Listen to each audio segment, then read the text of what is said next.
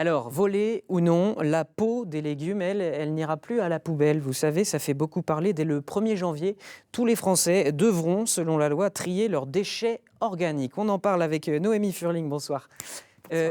Faut qu'on se prépare à tout ça. Alors, comment ça va se passer?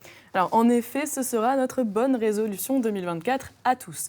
Épluchure de légumes, reste de repas, le 1er janvier, chaque déchet organique devra être trié ou jeté dans un bac à compost. Cette obligation est en fait une mesure de la loi anti-gaspillage votée il y a 3 ans et dans laquelle le gouvernement exige que chaque collectivité apporte à tous les Français une solution de proximité, de tri et de valorisation de leurs biodéchets. Parce que si un tiers des Français ont déjà pris de l'avance en compostant au quotidien, eh bien la majorité de nos résidus alimentaires finissent encore dans nos poubelles grises avant d'être enfouis ou incinérés. Alors, est-ce qu'on sera prêt, Noémie?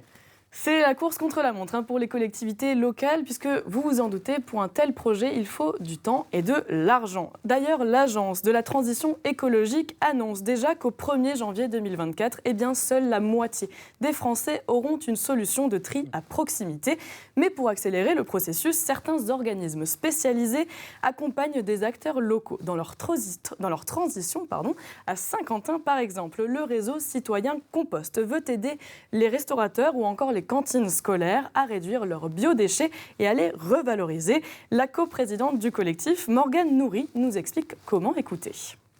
Nous, on on s'entourerait en tout cas d'une entreprise qui fait de la collecte, qui viendrait récupérer ces biodéchets, qui les emmènerait sur une plateforme de compostage de proximité, vraiment sur l'agglomération du Saint-Quentinois, une ou des plateformes d'ailleurs, puisqu'il y a quand même beaucoup de biodéchets, en très local, et puis ensuite que ce soit réutilisé directement, soit par les agriculteurs, soit par les jardins familiaux. Voilà. Grâce à ces initiatives, le collectif espère servir de modèle dans la région pour que les collectivités territoriales adoptent la bonne solution de tri et de compostage. Merci beaucoup pour ces explications, Noémie.